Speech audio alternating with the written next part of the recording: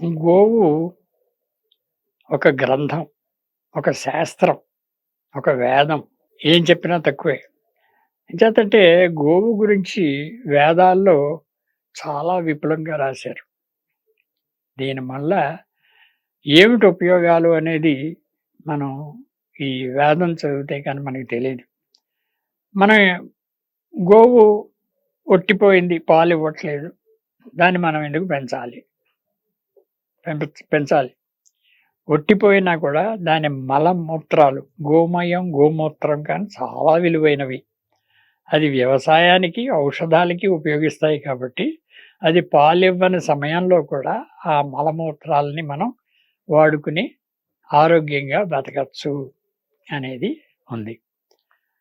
ఈ ఈ పంచగవ్యాల్ని ఉపయోగించుకున్నడం మూలాని ఈ శాస్త్రంలో పురాణాల్లో, అష్టాదశ పురాణాల్లో చెప్పారు. ఏ పురాణం తీసుకోండి మీరు, అన్ని పురాణాల్లో కూడా గోవుని గురించి చెప్తారు.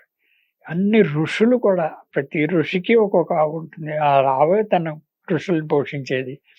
ఆ ఆవు మహిమతో కామధేనువుగా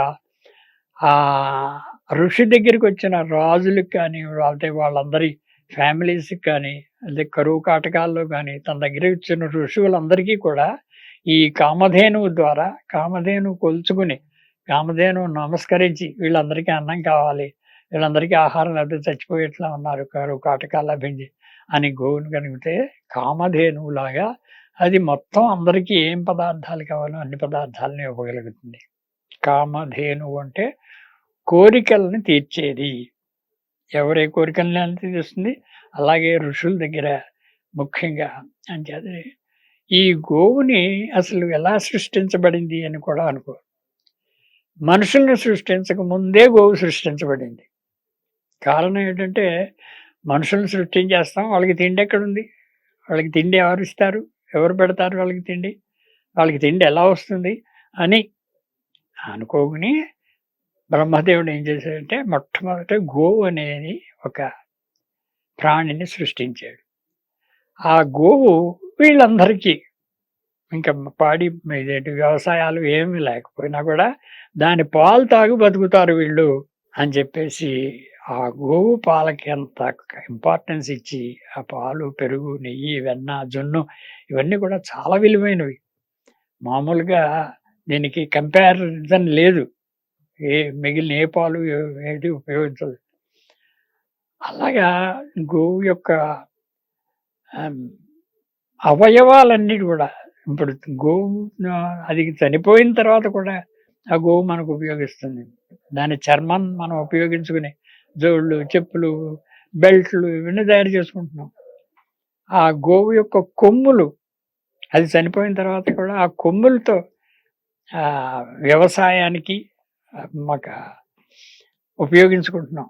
మన పొలంలో కనుక ఆ కొమ్ములు కనుక మనం పాతిపెడితే దాంట్లోంచి ఔషధ గుణాలైన గోవుకి ఒక భూ భూమిని సంరక్షించే గుణాలతో కొమ్ముతో ఎరువులు తయారవుతున్నాయి. ఆ విధంగా కొమ్ము. తర్వాత గోవు తను చనిపోయిన తర్వాత తన అవయవాలన్నీ కూడా తన కొమ్ము, చర్మం, గిట్టలు అన్నీ కూడా ఇతరులకు ఉపయోగించాలి.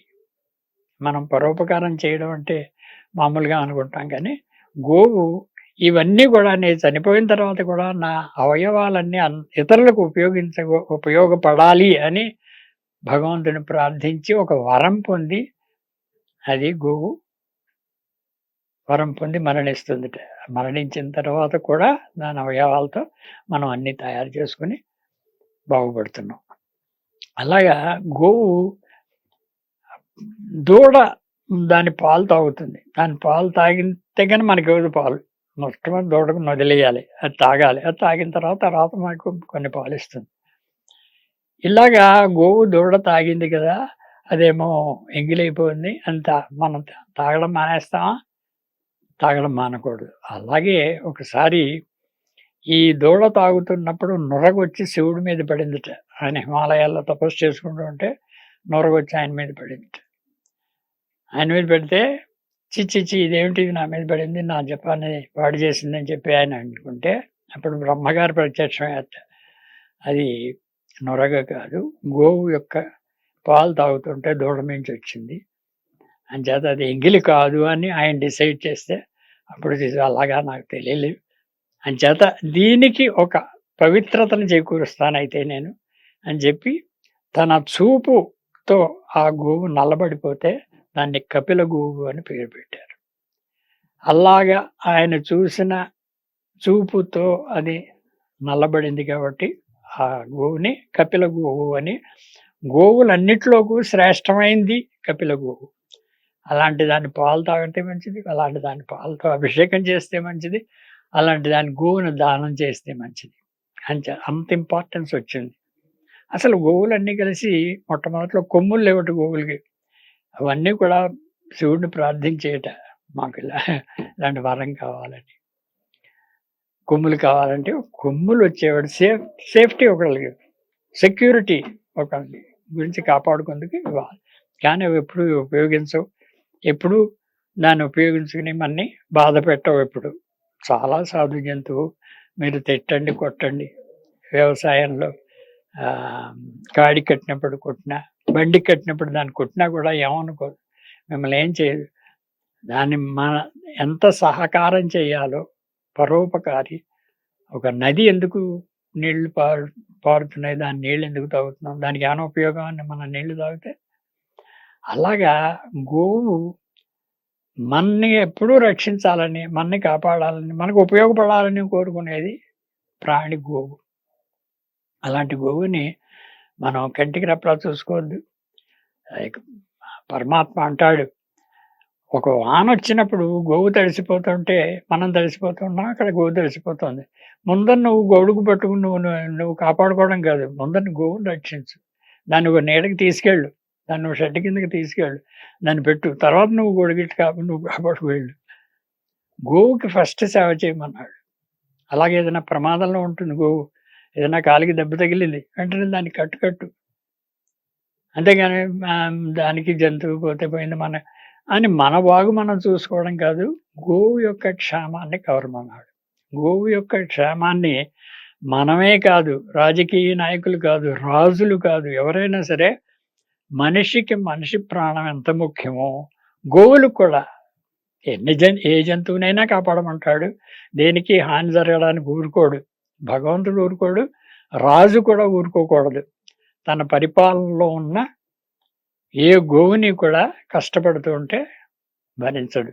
పరీక్షిత్ మహారాజు కూడా అలాగే చేశాడు. గోవు యొక్క క్షేమాన్ని కోరాడు. గోవు ఇబ్బంది పడకూడదు మన మూలాన్ని, ఎవరు దానికి హాని చేయకూడదు. అది కఠోపనిషత్తులో ఉంది. ఎందుకు నిస్సారమైనటువంటి ఒక గోవుని మనం దానం చేయకూడదు. పాలిచ్చే ఆవుని, దూడతో ఉన్న ఆవుని, సలక్షణంగా ఉన్న ఆవుని దానం చేయమన్నాడు. అంతేకాని మనకి ఎందుకు పనికిరాదు కదా, దీన్ని దానం ఇచ్చేస్తే మనకు పుణ్యం వచ్చేస్తుంది అనుకుంటే మహా తప్పది. పనికిరాని అంటే పనికిరా అంటే ఈనలేని, తిండి తినలేని, ముసలిదైపోయినా, చావడానికి సిద్ధంగా ఉన్నది మనకెందుకని దానం చేద్దామంటే దానికి ఉపయోగం లేదు, దానం చేయకూడదు. సలక్షణంగా ఉన్న గోవునే దానం చేయాలి. అలా చేస్తే మహాపాపం అని. తర్వాత ఒకసారి దానం చేసిన ఆవుని మళ్ళీ దానం చేయకూడదు. తెలుసో తెలియకో మనం ఒక గోవుని ఒకళ్ళకి దానం చేస్తే మళ్ళీ ఆ గోవుని ఇంకోళ్ళకి దానం చేస్తే మహాపాపం. ఇది కఠోపనిషత్తులో ఉంది. ఇలా ఉపనిషత్తులో అనేక రకాలుగా అనేక పాయింట్స్ తెలుస్తాయి. ఈ గ్రంథాల దగ్గర, ఈ శాస్త్రాలు గ్రంథాలు కూడా, మీరు ఏ గ్రంథం తీసుకున్నా కూడా నమ్మకం, చమకం, శ్రీ సూక్తం, పురుష సూక్తం ఏం తీసుకున్నా ప్రతి దాంట్లోనూ గోవు గురించి బ్రహ్మాండంగా చెప్పారు. అది ప్రతి వాళ్ళు మనం చదివి తెలుసుకుని, లేకపోతే ఇలా ప్రవచనాల ద్వారా విని ఆ గోవుకి ఇంపార్టెన్స్ తెలుసుకుని గోవుని రక్షించాలి, పోషించాలి. అది మన విధి, కర్తవ్యం అనుకోవాలి. ఆ విధంగా గోవును మనం సేవ్ చేసుకోవాలి. Save cow is our motto.